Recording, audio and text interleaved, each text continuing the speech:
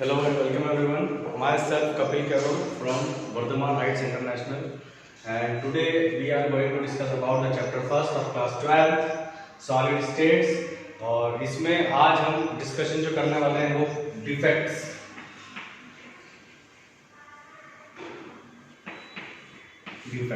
Defects किसमें पढ़ना है? क्रिस्टलाइन सॉलिड, क्रिस्टलाइन सॉलिड, या फिर हम इसे क्या बोल सकते हैं? Crystal defects. क्या बोल सकते हैं? Crystal defects. अब अगर कोई भी क्रिस्टल अगर बना है, अगर उसमें कुछ प्रॉब्लम आ जाती है, जैसे मान लो अगर कोई क्रिस्टल है, इस टाइप से कोई क्रिस्टल बना है, ये क्रिस्टल, इस क्रिस्टल में मान लीजिए बहुत सारे पार्टिकल्स आपस में जुड़े हुए हैं। अब इस जुड़े हुए पार्टिकल में से मान लीजिए एक पार्टिकल यहाँ से हम हटा दें, तो पार्टिकल उस क्रिस्टल में जितने होने चाहिए उसमें से एक पार्टिकल क्या हो गया? कम हो गया। तो पार्टिकल के कम होने पर क्या हुआ कि उस पर्टिकुलर क्रिस्टल के अंदर एक डिफेक्ट आ गया, मतलब एक प्रॉब्लम क्रिएट हो गई है। ठीक है, तो इस प्रॉब्लमेटिक कंडीशन जो कि क्रिस्टल में आ जाती है उसे क्या बोला जाता है? डिफेक्ट। अब ये जो डिफेक्ट होते हैं नॉर्मली टू टाइप्स के होते हैं। एक होता है stoichiometric defect and the second one is non-stoichiometric।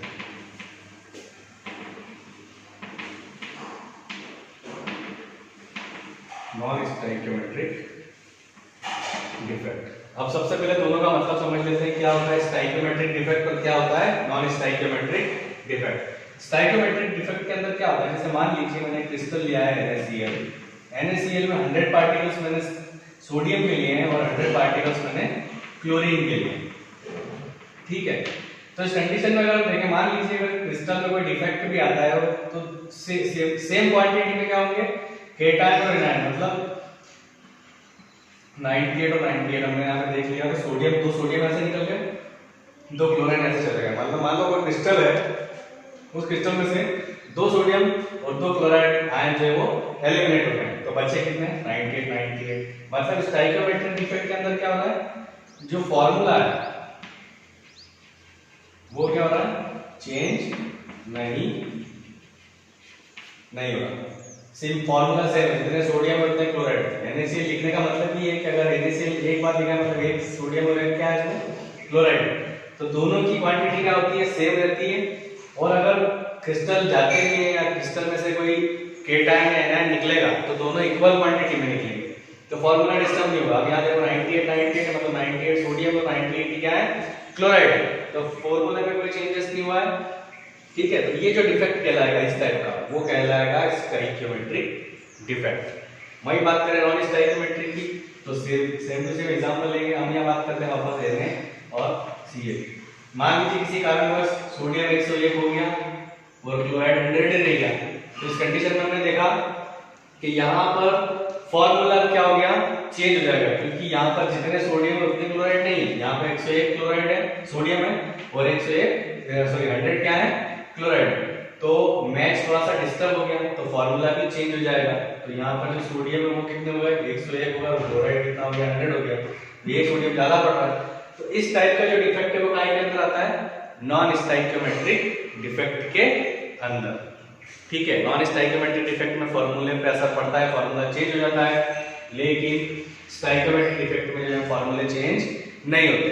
अब हम बात करेंगे सबसे पहले स्टाइकियोमेट्रिक डिफेक्ट के अंदर कौन कौन से ऐसे डिफेक्ट हैं जो नॉर्मली एग्जाम्स में आते हैं, एग्जाम पर्पस से बहुत इंपॉर्टेंट है, जरा वो देखते हैं। तो सबसे पहले हम देखेंगे स्टाइकियोमेट्रिक में for ionic compound. For ionic compound, जितने भी आयोनिक कंपाउंड होते हैं उनके अंदर कौन कौन से डिफेक्ट हो सकते हैं? जैसे कि हमने देखा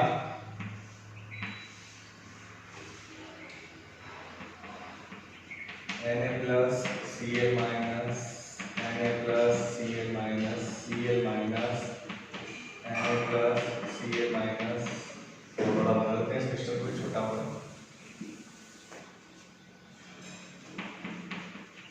Na plus Cl minus, Na plus Cl minus, Cl minus, Na plus Cl minus।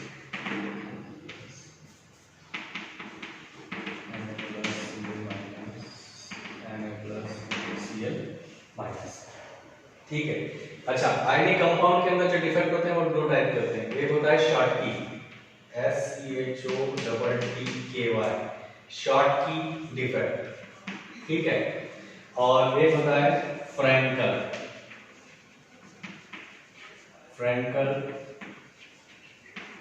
Defect. एक होता है शॉर्टकी डिफेक्ट और होता है फ्रैंकल डिफेक्ट। अब इसी एग्जांपल से अपन शॉर्टकी और फ्रैंकल दोनों को समझेंगे, ठीक है। अब मान लीजिए किसी आयनिक क्रिस्टल, जो आयनिक क्रिस्टल कौन सा लिया हमने, NaCl का क्रिस्टल। अब NaCl के इस क्रिस्टल में से मान लीजिए एक सोडियम आयन ऐसे निकल जाए, लेकिन हमने स्टोइकियोमेट्री में क्या पढ़ा था कि जितने केटायन निकलेंगे उतने एनायन भी लिखेंगे। तो चलो मान लो एक क्लोराइड भी यहां से चला गया और ये स्पेस क्या हुई, खाली हो गई। तो ऐसा डिफेक्ट है जिसमें दोनों आयन, पॉजिटिव और नेगेटिव आयन, पूरी तरह से क्रिस्टल से क्या हो जाते हैं, निकल जाते हैं। उसे क्या कहा जाएगा, शॉर्टकी डिफेक्ट। क्या कहा जाएगा उसे, शॉर्टकी डिफेक्ट।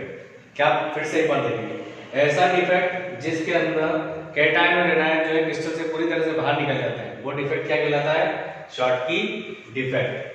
वही अगर हम बात करें फ्रैंकल डिफेक्ट, तो फ्रैंकल डिफेक्ट में क्या होगा, वापस हमने वही बना दिया, क्लोराइड और सोडियम।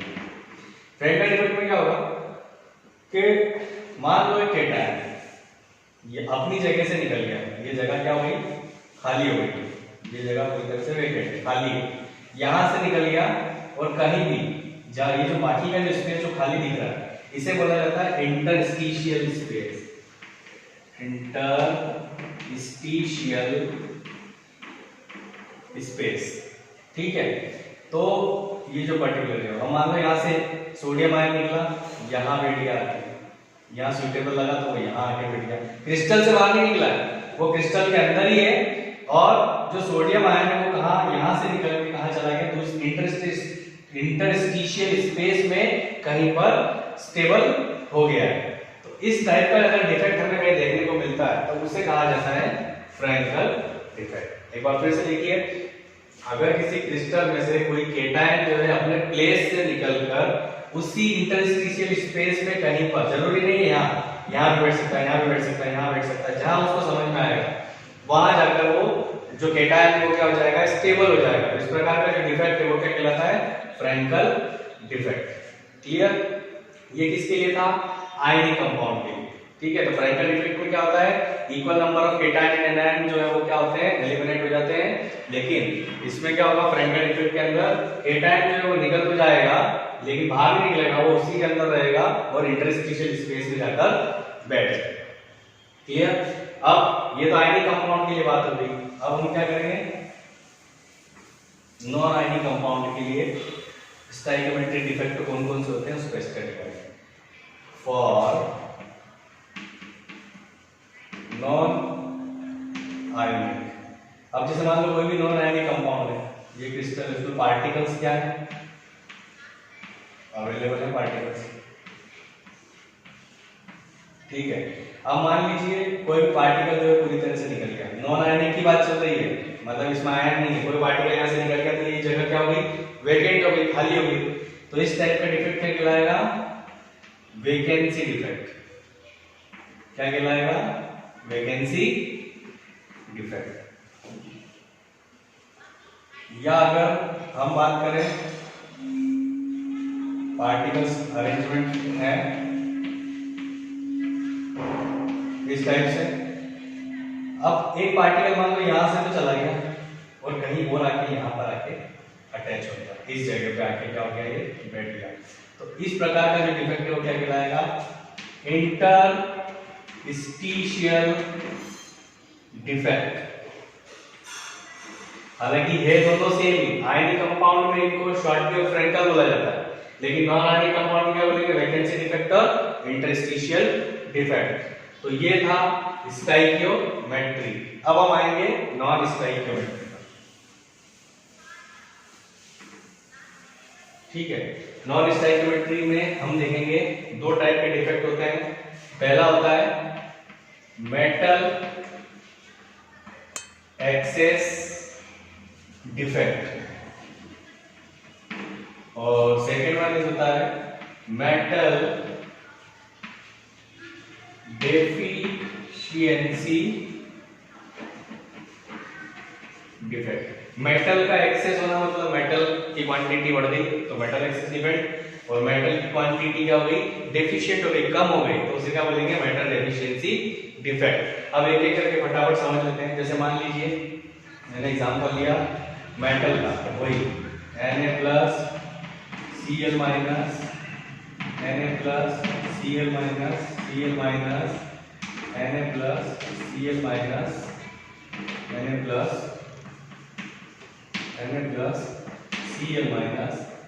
Na+Cl- Na+ और Cl-। अब इस कंडीशन में क्या हो रहा है, ये भी क्या बना हुआ है, क्रिस्टल है, और सोडियम क्या होता है, एक मेटल है, ठीक है। अब मान लीजिए एक क्लोराइड आयन यहाँ से चला जाता है, किसी कारण से क्या होगा, क्लोराइड आयन यहाँ से बाहर निकल गया और उसकी जगह पे कौन आके बैठ गया, इलेक्ट्रॉन बैठ गया। अब हम यहाँ देख रहे हैं कि पॉजिटिव नेगेटिव चार्ज जो है वो पूरी तरह से बैलेंस है, बस खाली मेटल क्या हुआ है, पहले हमने इसके पहले जब देखा था तो 6 सोडियम थे और 6 ही क्लोराइड थे, लेकिन जब ये क्लोराइड बाहर निकला तो ये क्या हो गए, 6 सोडियम के साथ में 5 क्लोराइड हो गए। तो यहाँ हम देख रहे हैं कि यहाँ पे सोडियम जो है वो ज्यादा है क्लोराइड के कंपैरिजन में, तो इस टाइप का अगर डिफेक्ट हमें दिखता है तो उसे बोला जाता है मेटल एक्सेस डिफेक्ट। मतलब मेटल को हमने पहले से बढ़ाया नहीं है, मेटल खुद ही बढ़ा हुआ है, मेटल बढ़ा हुआ नहीं है, क्लोराइड आयन जो है वो कम हो है। अब ऐसा क्यों, ऐसा होता है जैसे मान लो इस NaCl के टुकड़े को अगर मैंने मान लो सोडियम के साथ में अगर बर्न किया तो उस कंडीशन में क्या होगा, ये जो सोडियम है ये जब रिएक्शन करेगा तो अपना एक इलेक्ट्रॉन यहाँ से रिलीज करेगा तो इस पर पॉजिटिव चार्ज आ जाएगा, और क्लोराइड आयन जो पूरी तरह से एलिमिनेट हो चुका है उसको आयनिक अट्रैक्शन के कारण अट्रैक्ट कर लेगा। तो ये जो इलेक्ट्रॉन इसने लूज किया है वो इलेक्ट्रॉन कहाँ जाएगा, यहाँ अंदर, और जहां पर भी इलेक्ट्रॉन आके बैठेगा उसे बोला जाता है F सेंटर। क्या बोला जाता है, F सेंटर, ठीक है। तो ये जो डिफेक्ट है ये डिफेक्ट क्या कहलाएगा, मेटल एक्सेस डिफेक्ट। वहीं पे अगर हम बात करें मेटल डेफिशिएंसी की तो हम यहां पर बात करेंगे फेरस ऑक्साइड की। आयरन पे +2 चार्ज होता है और ऑक्सीजन पे -2 चार्ज होता है, ठीक है। तो अगर मैं ये क्रिस्टल बनाता हूं Fe